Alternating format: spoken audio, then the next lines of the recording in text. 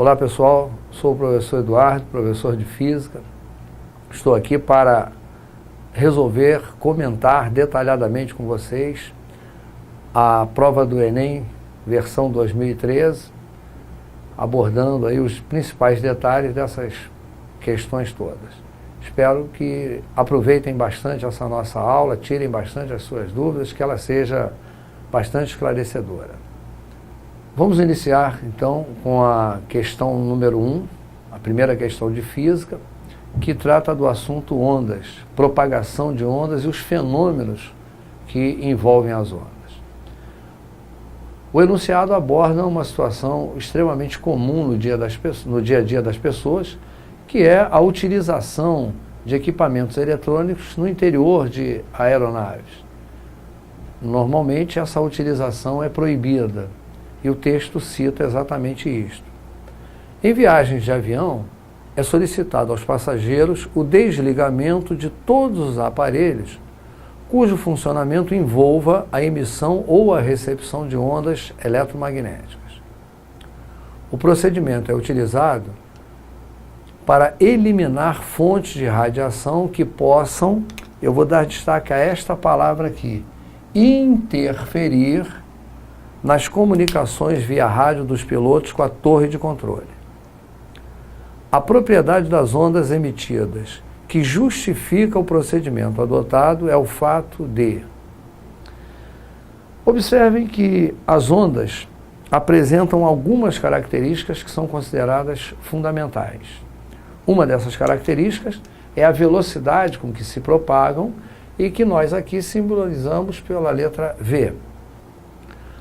A outra característica é o comprimento de onda, que nós simbolizamos pela letra grega lambda.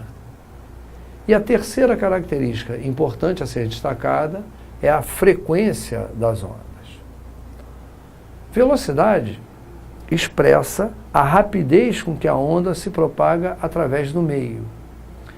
Em se tratando de ondas eletromagnéticas, como ondas de rádio, ondas de TV, luz, essas se propagam no vácuo com uma velocidade de valor 3 vezes 10 à oitava metros por segundo.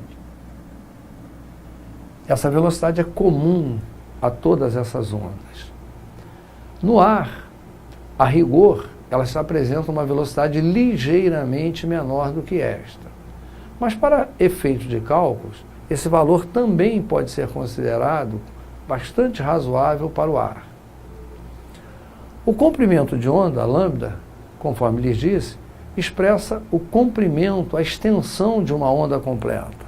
Então, numa versão simplificada, vamos imaginar que tenhamos aqui uma corda em que esta linha supõe a posição da corda esticada e aqui nós teríamos algumas oscilações produzidas nessa mesma corda.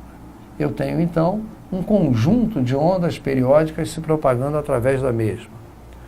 Nós vamos observar que uma onda completa corresponde a esta configuração a que dei destaque aqui, equivalendo a uma vibração completa.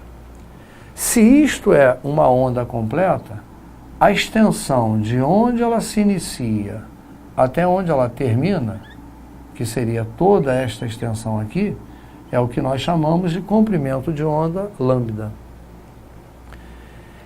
E a grandeza frequência, ela é indicativa da quantidade de oscilações que aquele meio executa num tempo unitário, a cada 1 segundo, a cada 1 minuto, a cada 1 hora.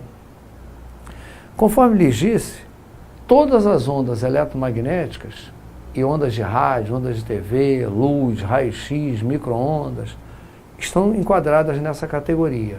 Todas as eletromagnéticas se propagam com a mesma velocidade. O que distingue uma onda da outra é justamente a frequência. Cada uma tem um grau de vibração. Bem, quando essas frequências são muito próximas e as ondas são emitidas na mesma região, existe a possibilidade de umas interferirem sobre as outras como acontece, por exemplo, quando uma pessoa vem conduzindo seu automóvel, por exemplo, com o rádio ligado e passa próximo de uma antena de uma emissora pirata. As ondas da emissora pirata, se tiverem frequência próxima da que ele está sintonizando, vão interferir naquela comunicação, vão entrar mais forte no rádio daquela pessoa. Ele deixará de ouvir a emissora original e passará a ouvir o som que está sendo produzido por essas novas ondas que estão sendo emitidas por essa antena pirata. Por essa razão, o piloto, para que ele não perca a comunicação com a torre, com os meios de controle, precisa a todo custo evitar que haja qualquer interferência desta natureza.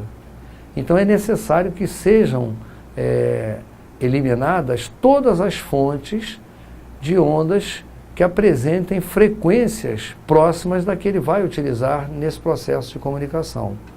Portanto, retornando lá ao enunciado, ele perguntou: a propriedade das ondas emitidas que justifica o procedimento adotado é o fato de as ondas desses equipamentos que nós utilizamos no dia a dia, tais como computadores, tablets, aparelhos celulares, apresentarem, olha aqui, ó, frequências muito próximas da que ele vai utilizar.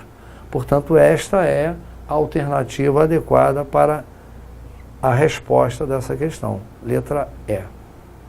Nesta prova de 2013, esta foi a segunda questão de física. A questão fala sobre um mecanismo utilizado em ônibus, especialmente, para a elevação de cadeiras de rodas, por exemplo, para que as pessoas com deficiência física possam ter acesso a esses meios de transporte.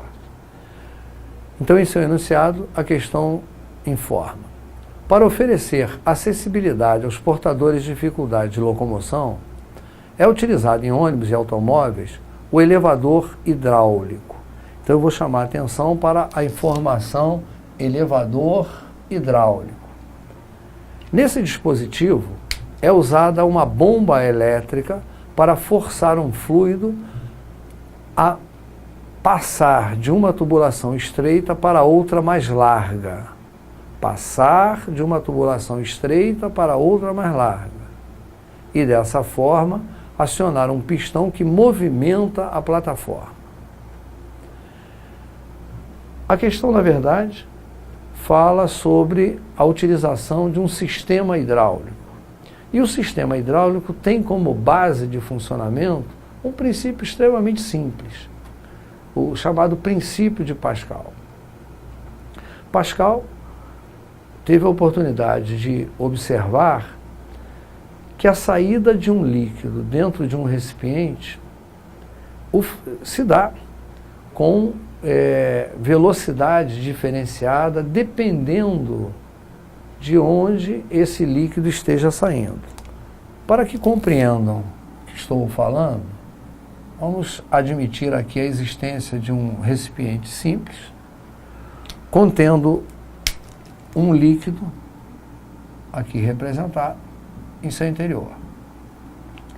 Se nesse recipiente é um furo, digamos nesta altura, e um segundo furo mais aqui embaixo, nós veremos a saída do líquido através dos dois furos, sendo que neste aqui o líquido apresenta um determinado alcance, neste aqui ele apresenta um alcance significativamente maior que o anterior.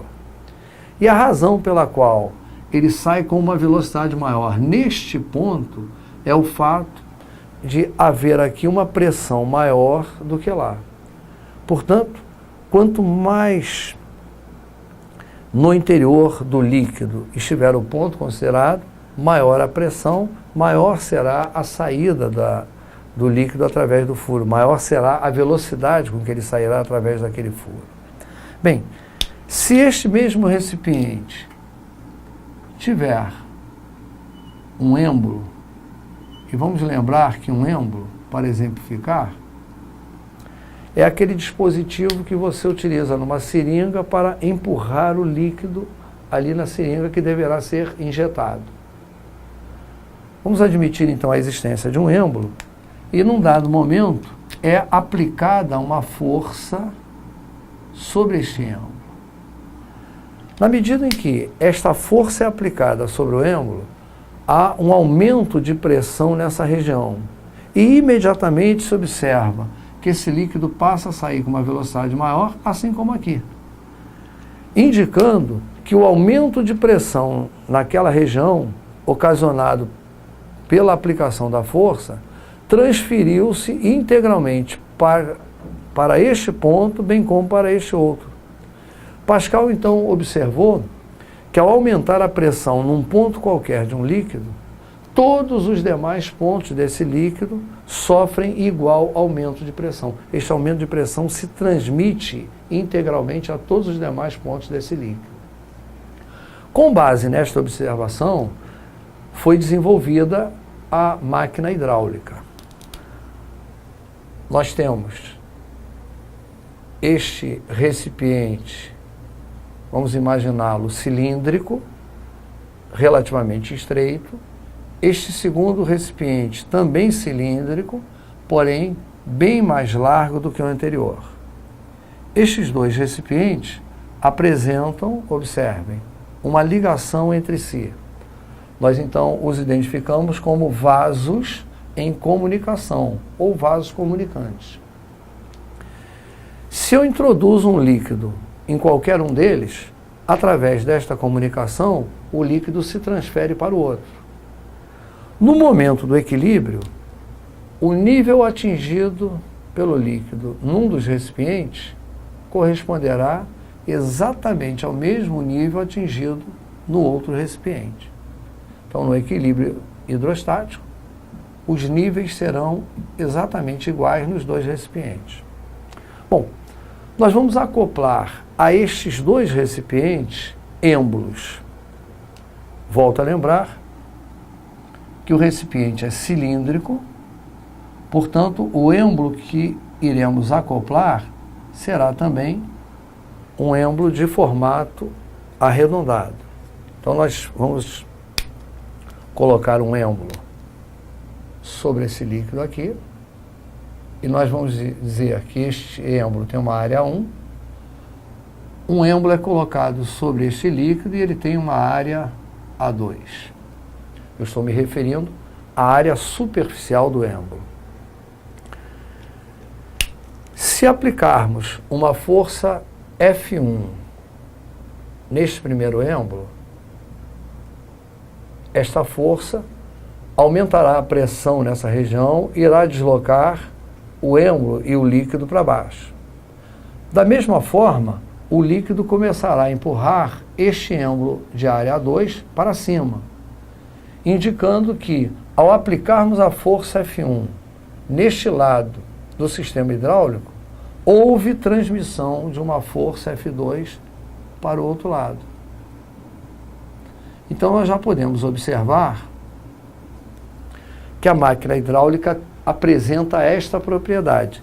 Se eu aplico uma força neste lado da máquina, o líquido se encarrega de transmitir força para o outro lado da máquina hidráulica. E não apenas transmitir, mas também produzir um outro efeito sobre essa força. E qual seria este efeito? Segundo Pascal, ao aplicar esta força sobre este êmbolo, estamos aumentando a pressão nesta região, que fará com que aumente igualmente a pressão em todos os demais pontos desse líquido.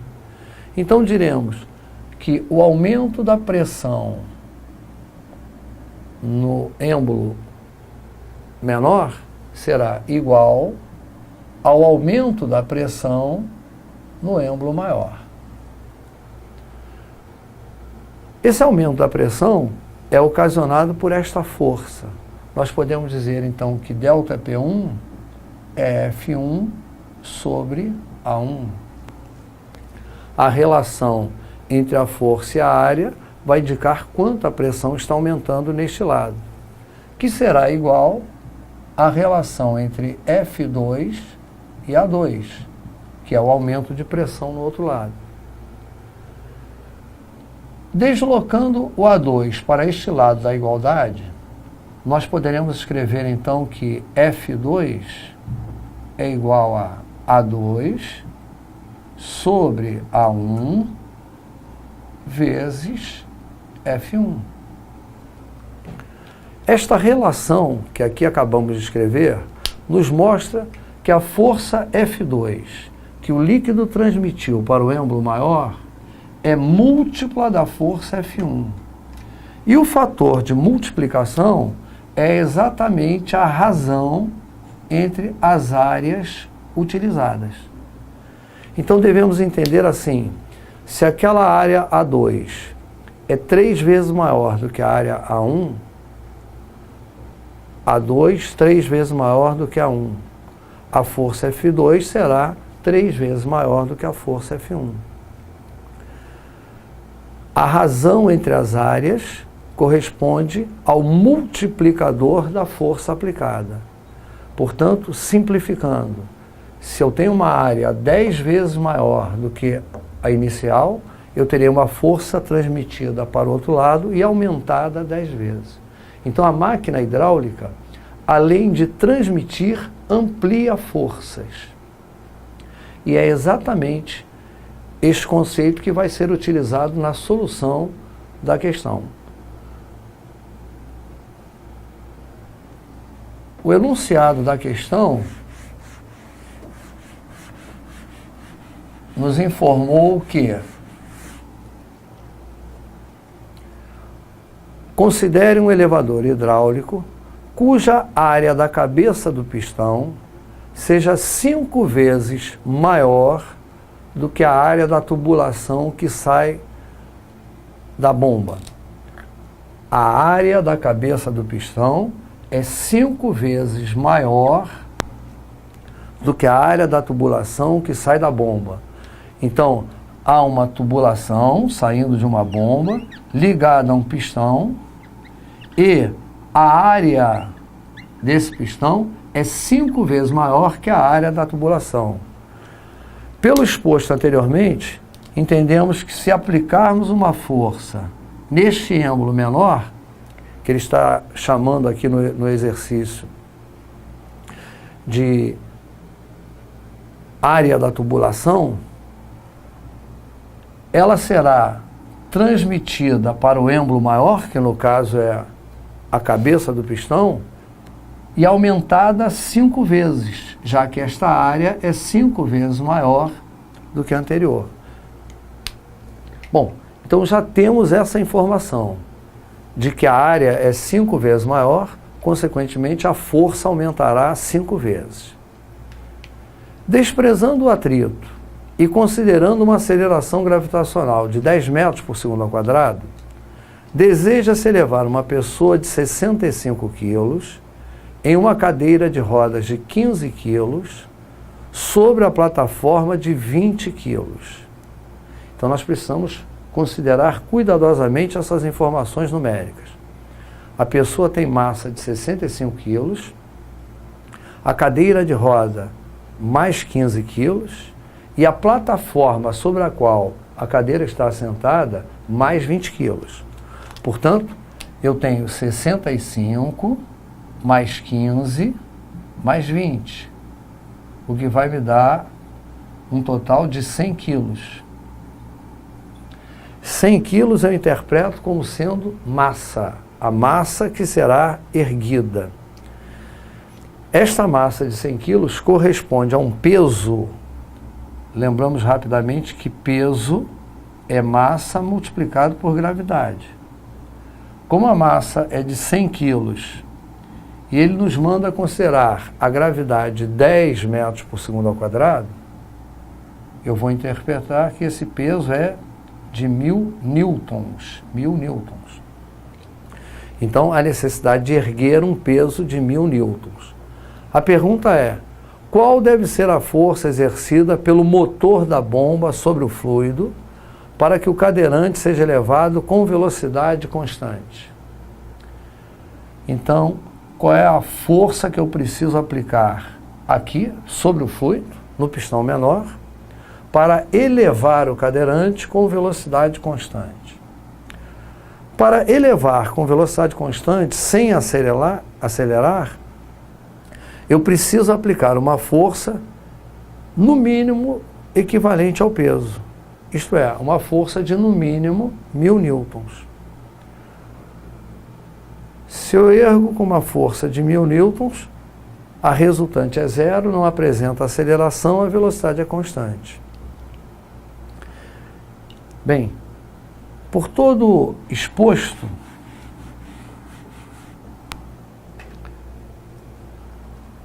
nós temos um sistema hidráulico no qual, simplificadamente, eu tenho uma área 5 vezes maior do que esta. Se esta é A, aquela é 5A. Eu preciso erguer este sistema com uma força de 1000 newtons. Qual é a força que a bomba deve exercer aqui no pistão menor? Esta nós vamos chamar de F1, esta nós vamos chamar de F2. Vimos que F2 é igual a A2 sobre A1 multiplicado por F1. 5A sobre A vezes F1 tem que ser igual a F2. Isto aqui precisa ser igual a 1000 newtons. Este A nós podemos simplificar. Este 5 que está multiplicando passará para o lado de lá da igualdade dividindo. Portanto, teremos F1 igual a 1000 dividido por 5. F1 igual a 200 newtons. Evidentemente que aqui trabalhei toda a solução, mas que o candidato, visando agilizar a busca da resposta, poderia imediatamente fazer esta identificação. Aquela área é 5 vezes maior do que esta. A força transmitida para lá aumenta 5 vezes. Ou a força aplicada do lado de cá é 5 vezes menor do que aquela. E aí, muito rapidamente, você chegaria ao resultado de 200 newtons. Portanto, dentre as alternativas oferecidas, nós vamos assinalar a letra C como a correta. Espero que tenham compreendido e nos veremos no próximo bloco.